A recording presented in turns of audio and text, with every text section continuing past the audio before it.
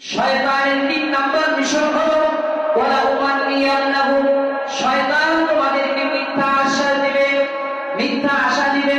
শয়তান মানুষদেরকে বুঝাবে তুমি যদি আরেকজনের জমি জবরদখল করে রেখে দাও তাহলে অনেক সম্পদের মালিক হতে পারবা, তুমি সুখে শান্তিতে থাকতে পারবা। কিন্তু বলুন তো আসলে বিষয়টা এমন?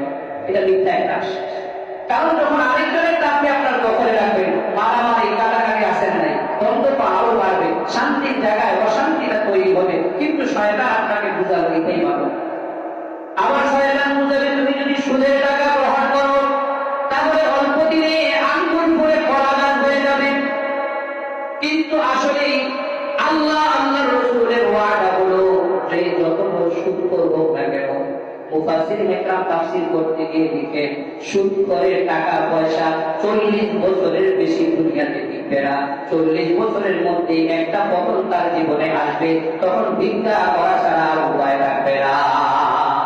আপনি আমি যেটাই দেখি না কেন, অনেক বড় দেখতেছি, বিশাল বড় সত্য।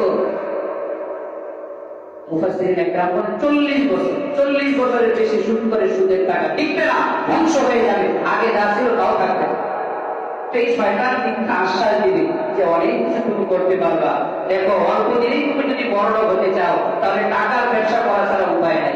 এই টাকার ব্যবসাতে লাগাই দিল শয়তান, কেন? মিথ্যা আশ্বাস দিয়ে তুমি অল্প দিনে বড়লোক হয়ে যাবা। আসলে তো বড়লোক হবে, কিন্তু কিছুদিন পরে যে আরো ধস নামবে, তখন ভিক্ষা করা ছাড়া কোনো উপায় থাকবে।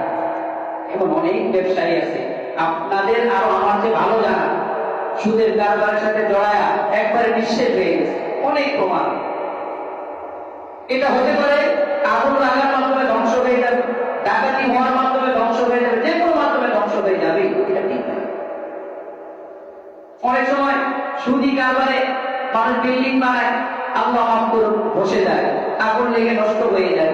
তো এই জন্য চেষ্টা করা হালাল তরিকায় জীবনযাপনের। তো শয়তান মিথ্যা আশ্বাস দিবে মানুষদেরকে যে এটা করো, এটাতে তুমি লাভবান হবে। আসলে এটা সে তার মিশন বাস্তবায়ন করতেছে। তাহলে শয়তানের ৩ নাম্বার মিশন হলো মিথ্যা আশ্বাস।